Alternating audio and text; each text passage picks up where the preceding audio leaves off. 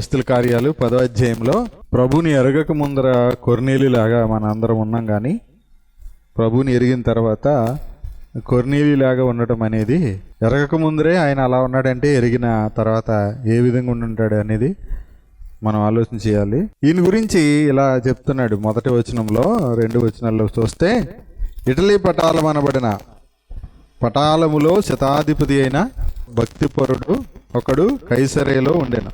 ఈయన గురించి ఏమని చెప్తున్నాడు? భక్తిపరుడు అని చెప్తున్నాడు. ఆయన అడ్రస్ చెప్పాడు కదా. తర్వాత ఆయన ఇంటివారు, అతడు తన ఇంటివారు అందరితో కూడా దేవుని యందు భయభక్తులు గలవాడై ఉండి ప్రజలకు బహుధర్మము చేయుచు ఎల్లప్పుడూ దేవునికి ప్రార్థన చేయవాడు. దేవునికి చేస్తున్నాడు. దేవుని యందు భయభక్తులు కూడా ఉన్నాయి. ఇప్పుడు లోకంలో చాలామంది ఇలాగే కొర్నేలిలాగా భక్తి కలిగి ఉంటున్నారు, భయం కలిగి ఉంటున్నారు, ఇంకా దాన ధర్మాలు కూడా చేస్తున్నారు. దేవుడి పేరుతో అన్ని చోట్ల జరుగుతున్నాయి. అందరూ చేస్తున్నారు. ఏ మతం ఏమీ కాదు, ఏ మతం లేని వాళ్ళు కూడా చేయట్లేదా? ఆకలేస్తుందంటే అన్నం పెట్టేవాళ్ళు ఉన్నారు. ఎక్కడ సంగతో మనకు తెలియదు, కానీ మన తెలుగు రాష్ట్రాల్లో మాత్రం ఆకలేస్తుందని అడిగితే ఖచ్చితంగా వారి దగ్గర ఉన్నది పెట్టేవాళ్ళు ఉన్నారు. వాళ్ళు ఎవరైనా ముస్లింలు పెడతారు, క్రైస్తవులు పెడతారు, హైందువులు పెడతారు, ఎవరైనా పెడతారు కదా. నాస్తికులు కూడా పెడతారు. దేవుడు లేడని వారు కూడా పెడతారు. వాళ్ళే చాలా మంచిగా ఉన్నారు. వీళ్ళ మీద దేవుడిని నమ్ముకొని చర్చికి వెళ్తూ ఇంట్లో వాళ్ళనే బాధ పెట్టేవాళ్ళని చాలామంది చూస్తున్నాం, కానీ దేవుడు లేడనే వారు కూడా అందరినీ ప్రేమిస్తున్నారు. వాళ్ళకు బూతులు కూడా మాట్లాడకుండా బతుకుతున్నారు. వాళ్ళు ఇక చర్చికి వెళ్ళే వాళ్ళే ఏం చేస్తున్నారు? బూతులు మాట్లాడేస్తున్నారు. అంటే దూషిస్తున్నారు, బాధ పెడుతున్నారు ఎదుటి వాళ్ళని. మీరు చర్చికి వెళ్తే మనం చర్చికి వెళ్తే ఎదుటి వాళ్ళని బాధ పెట్టడం మానేయాలి. ఏంటి మానేయాలంటే మానేయగలుగుతామా? మనం మానేయాలంటే మానలేము. ప్రభువు మన కొరకు బాధలు అనుభవించిన సంగతిని జ్ఞాపకం ఉంచుకోవాలి. ఆయన మనకి ఇందాక మనం నేర్చుకున్నాం. ఏ ఆదరణ ఇచ్చాడు? ఆయన నిత్యమైన ఆదరణ ఇచ్చాడు. ఏంటి? నిత్యమైన ఆదరణ ఇచ్చాడు. కాబట్టి మన ద్వారా కూడా ఎవరికైనా ఏం కలగాలి? ఆదరణ కలగాలి. అంత మాత్రం మన బట్టి ఆనందం కూడా కలగాలి. అది ఎప్పుడు కలుగుతుంది అంటే విశ్వాసాన్ని బట్టి కలిగే ప్రేమ, దేవుని మూలంగా కలిగే ప్రేమలోనే కలుగుతుంది. ఇప్పుడు ఈయనకి తెలిసింది ఏంటంటే భయభక్తులు ఉన్నాయి, ప్రార్థన చేస్తున్నాడు, దేవుడికే ప్రార్థన చేస్తున్నాడు. ఏమని ప్రార్థన చేస్తాడు? తండ్రి అని ప్రార్థన చేసి ఉంటాడా? దేవుడా అని ప్రార్థన చేసి ఉంటాడా? ఏమని ప్రార్థన చేసి ఉంటాడు ఈయన? తండ్రి అని ప్రార్థన చేసి ఉంటాడు అంటారా? లేదు, తండ్రి అని ప్రార్థన చేసేవాడు కాదు, దేవుడా అని ప్రార్థన చేసేవాడు. మరి ఏ నామంలో ప్రార్థన చేసేవాడో మనకు రాయలేదు కదా ఇక్కడ.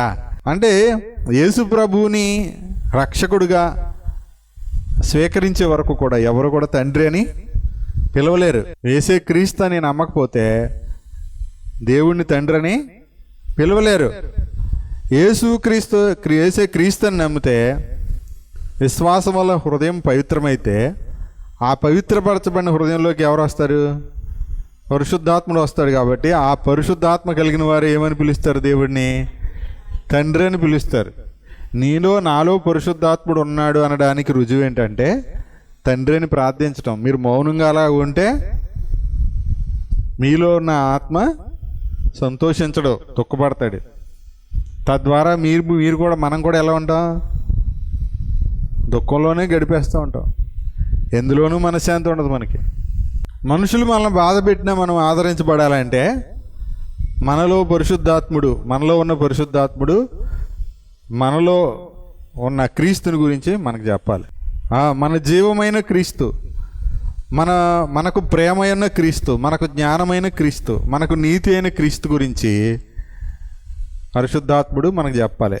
అంటే ప్రభు గురించి చెప్పే ఆయన ఆదరణకర్త ఎక్కడున్నాడు? మనలోనే ఉన్నాడు. కానీ మనం ఆయన మాట వినం. మన దగ్గర ఉన్న బలహీనత ఏంటంటే, మనిషి యొక్క బలహీనత ఏంటంటే, మనలో ఉన్న పరిశుద్ధాత్ముడు ఆదరణకర్తగా ఉన్నాడు కదా. ఆయన ఎవరి గురించి మనతో మాట్లాడతాడు? యేసు ప్రభు గురించి మాట్లాడతాడు, జీవాన్ని గురించి మాట్లాడితే జీవింపజేసేవాడు కదా ఆత్మయే జీవింపజేసేవాడు ఆత్మ అయితే, మనం ఆ ఆత్మ చెప్పే సంగతులు వినకుండా మనకు తోచినట్లుగా వెళ్తాం. కాబట్టి మనకేం కలగదు? ఆదరణ కలగదు. ఫస్ట్ మనకు తోచినట్లు వెళ్తున్నప్పుడు ఏం కలగదు? ఆదరణ కలగదు. మన మనసు చెప్పినట్లు వింటాం. మరి మన మనసు నిజం చెప్తుందా? ప్రభు చెప్పింది మన మనసు చెప్తుందా? చెప్పదు. మనం వాక్యానికి విధేయులమైతే అప్పుడు మన మనసాక్షి బాగుంటుంది. కాబట్టి మనం యేసు ప్రభుని ఒప్పుకుంటాం, ఆయన మరణాన్ని ప్రచురిస్తాం, ఆయన సమాధానాన్ని ప్రకటిస్తాం. ఇప్పుడు యేసు ప్రభుని మనం నమ్మాం కదా, మీరు అందరూ నమ్మారు కదా.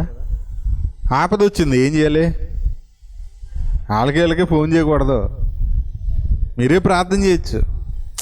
మీ ఇంట్లో మీరే ప్రార్థన చేశారు అనుకోండి, ఆపద వచ్చినప్పుడు అప్పుడు మీ విశ్వాసం పెరుగుతుంది, వాళ్ళకే విశ్వాసం కలుగుతుంది. అప్పుడు మీరు ప్రార్థనకి ఎందుకు వెళ్తున్నారు అన్నదే అప్పుడు వాళ్ళకి అర్థమవుద్ది. నేను ప్రార్థన చేశాను అనుకోండి, మహిమ అంతా నాకు వచ్చేది. ఎందుకు?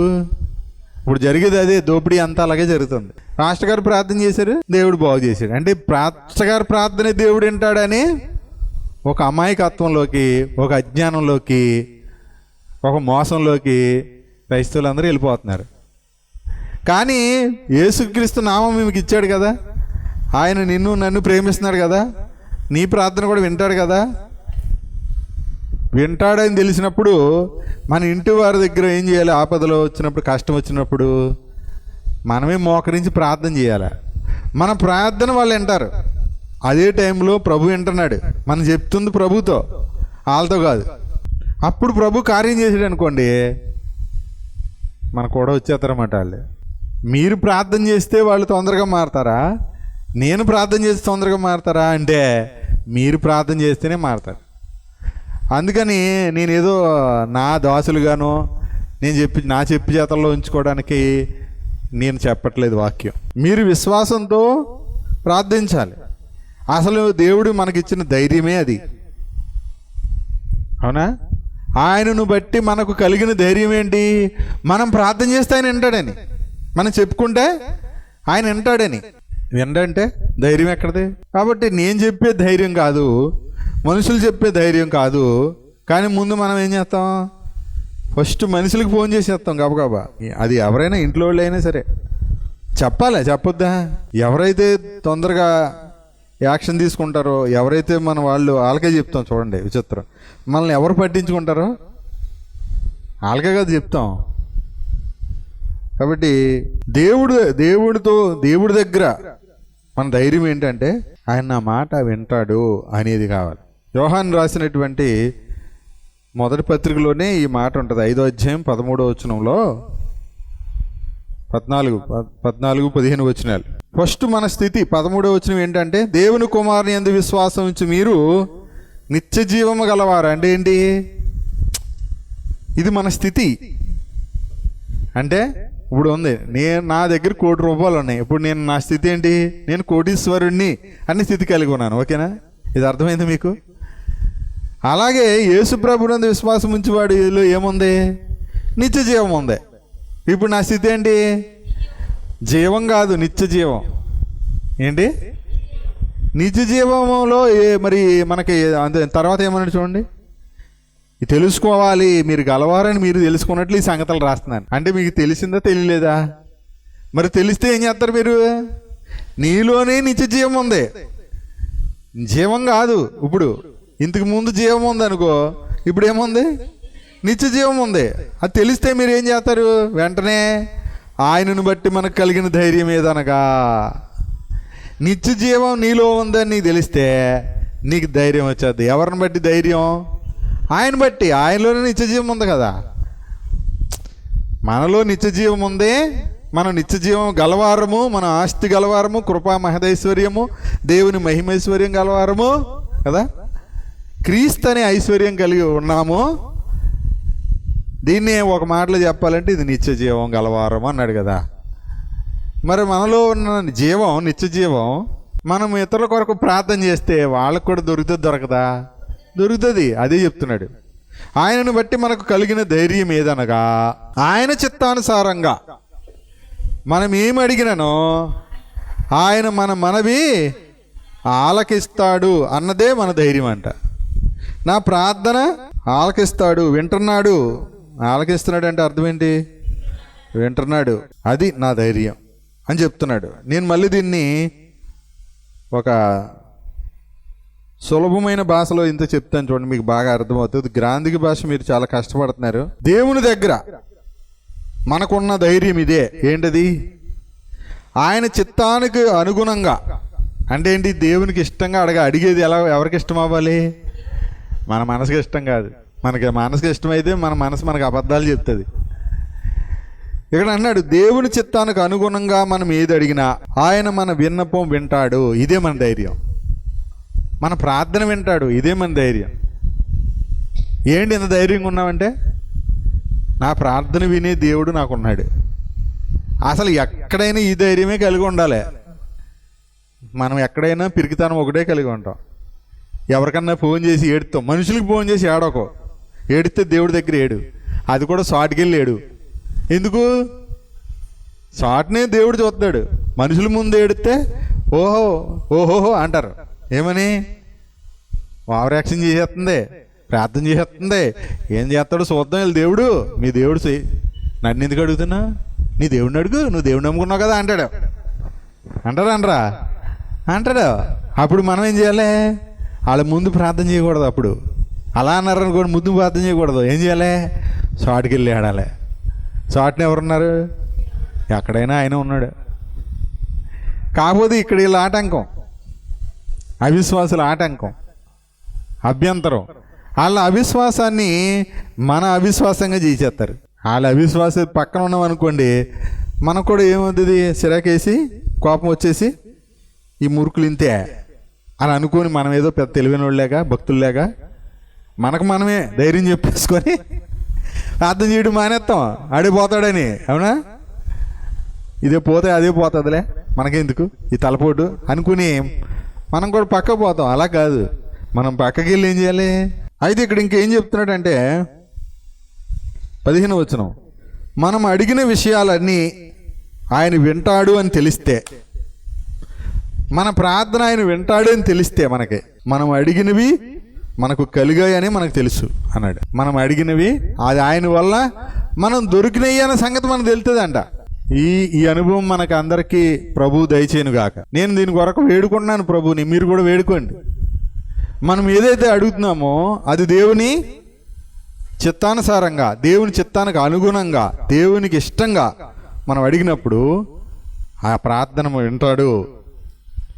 వింటున్నాడు అని మనకు తెలిస్తే ఏమవుతుంది? అది దొరికింది, ఆ దేవుడు ప్రభు మనకి ఇచ్చేసాడని కూడా మనకు తెలుస్తుంది అంటున్నాడు. ఇది ఈ అనుభవ జ్ఞానం ఎప్పుడైతే మనకు వచ్చిందో అప్పుడు ఎప్పుడు ఏ రోజు ఎవరికి జడమో, ఏ మనుషునికి మనం చెప్పుకోవాల్సిన అవసరం కూడా లేదు, ఏ మనుషునికి జడవలసిన అవసరం కూడా లేదు. అంత మాత్రమే కాదు, మనం ఎలా ఉంటామంటే అప్పుడు ఒకవేళ కాళ్ళు పెట్టుకోవాల్సి వస్తే కాళ్ళు పెట్టుకుంటా కూడా సిగ్గుపడం. ఎందుకు పడం? పట్టుకునే మన చేత కాళ్ళు ఎవరైనా పట్టించుకున్నారు అనుకోండి, పట్టుకుంటుంది మనం కాదు, యేసు ప్రభువే వాళ్ళ కాళ్ళు పట్టుకుంటున్నాడు అంతే. అలాగ మనం ఎప్పుడైతే నమ్ముతామో అప్పుడు వాళ్ళకి కూడా రక్షణ కలుగుతుంది, లేకపోతే బుద్ధి వస్తుంది. ఎందుకంతే మన జోలికి ఎప్పుడు రాడిక. మనం గుర్తించాలి ఈ విషయాన్ని. అర్థమైంది మీకు? మనం నమ్మితే దీన్ని చెయ్యాలి. నమ్మడం అంటే ఇప్పుడు ఏమన్నాడు అబ్రహాము? తను నమ్మాడు, దేవుని ఎదుట ఎలా అన్నాడు తెలుసా?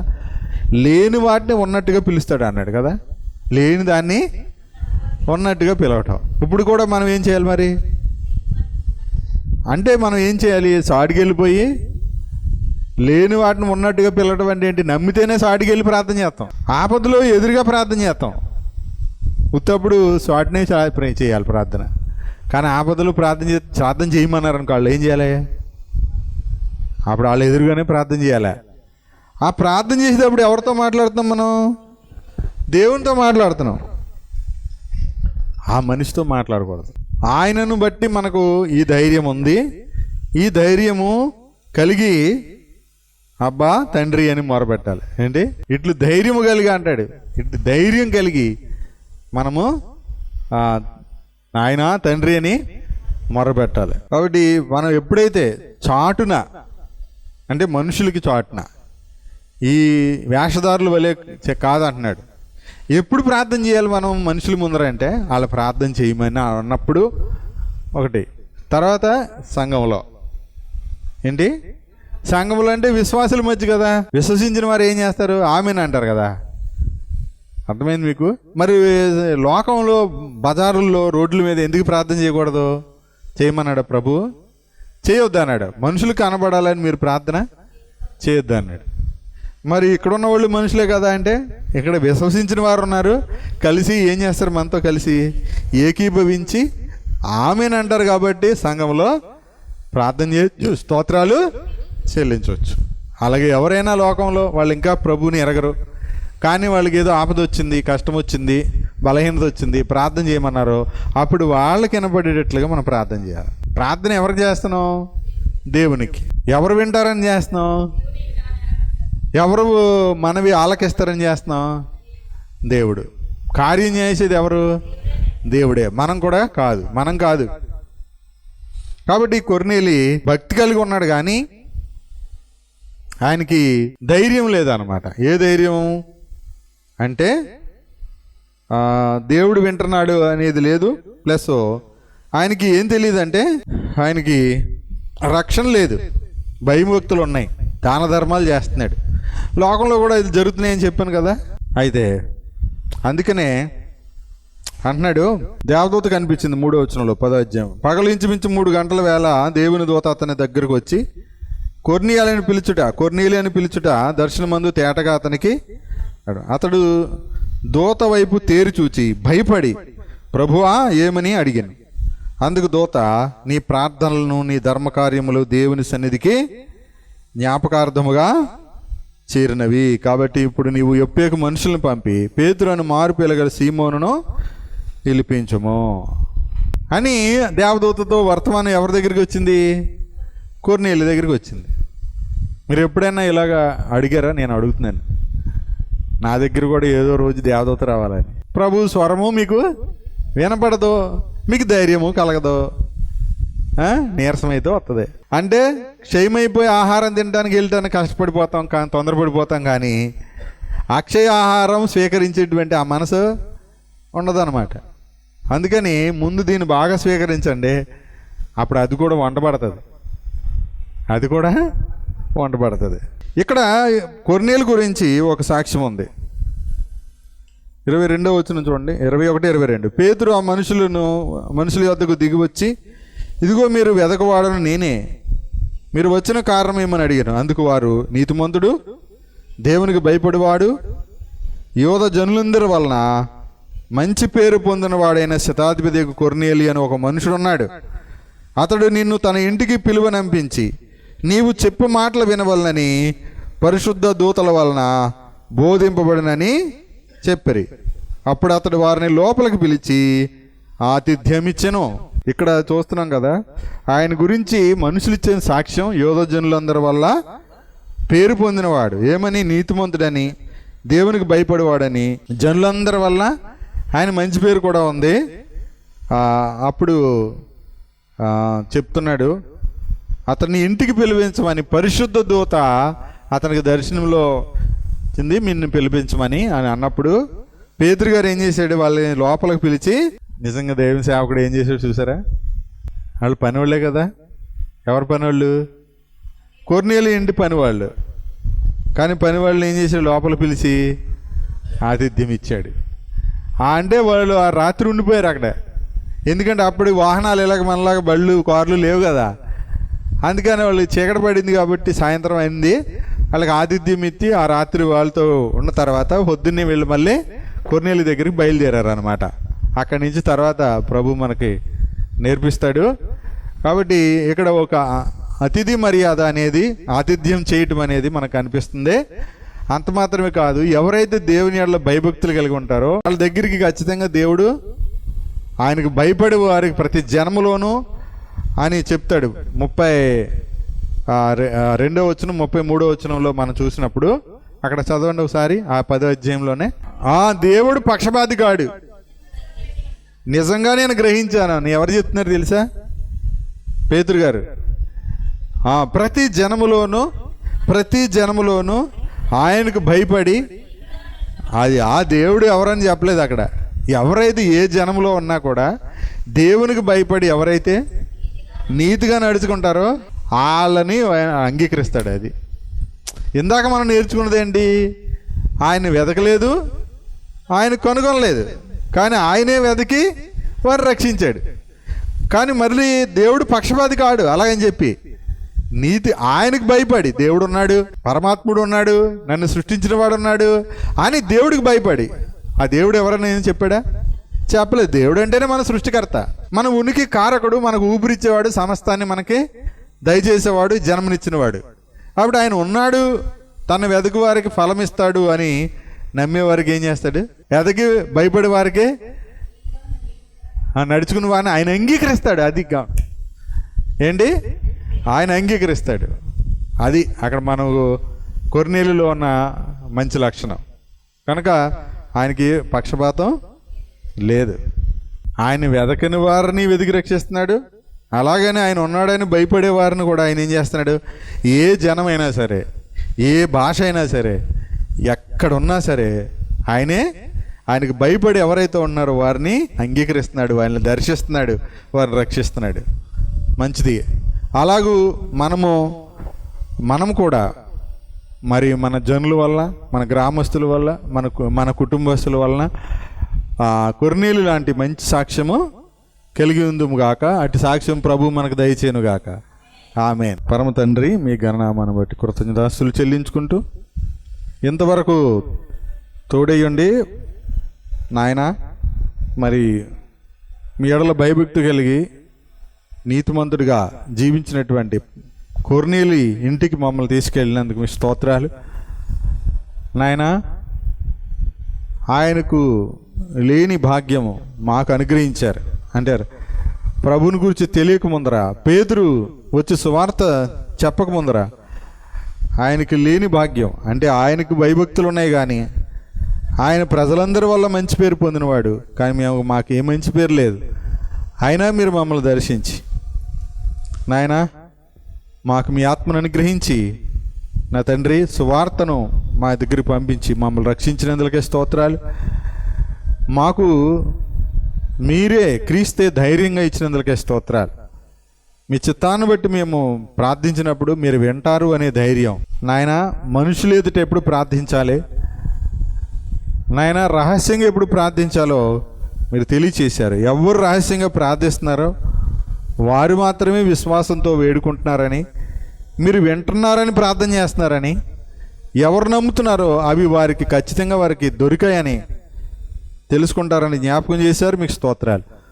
మేమంతా అలాగూ ప్రార్థన చేస్తూ సత్యము గురించిన అనుభవ జ్ఞానంలో, నీతి వాక్య విషయంలో అనుభవ జ్ఞానం కలిగి, ప్రభువైన యేసుక్రీస్తుని గురించినట్టు, తండ్రి మిమ్మల్ని గురించినట్టు అనుభవ జ్ఞానం వలన మా భక్తికి, మా జీవానికి కావలసిన వాటి అన్నిటిని మీరు దయచేస్తున్నారు. కాబట్టి తండ్రి, మేము ప్రభువైన యేసుక్రీస్తుని గురించిన అనుభవ జ్ఞానం కలిగి జీవించుటకై మీరు అనుగ్రహించే ప్రతి లేఖనము, ప్రతి విశ్వాస వాక్యము, ప్రతి కృపా వాక్యము మా హృదయంలో భద్రపరుచుకొని విశ్వాసంతో ప్రార్థిస్తూ జీవించేటువంటి ప్రియులుగా చేయమని యేసుక్రీస్తు వారి పుణ్యనామమును బట్టి స్తుతించి ప్రార్థించి బ్రతిమలాడి అడిగి వేడుకొనుచున్నాం తండ్రి. ఆమేన్. ప్రభువైన యేసుక్రీస్తు కృపయు, తండ్రి అయిన దేవుని ప్రేమయు, పరిశుద్ధాత్మని అన్యోన్య సహవాసము, సహాయము, ఆదరణ, ఆనందం సకల పరిశుద్ధులందరితో పాటు మనకును కలుగునుగాక. ఆమేన్. వందనాలు అందరికీ.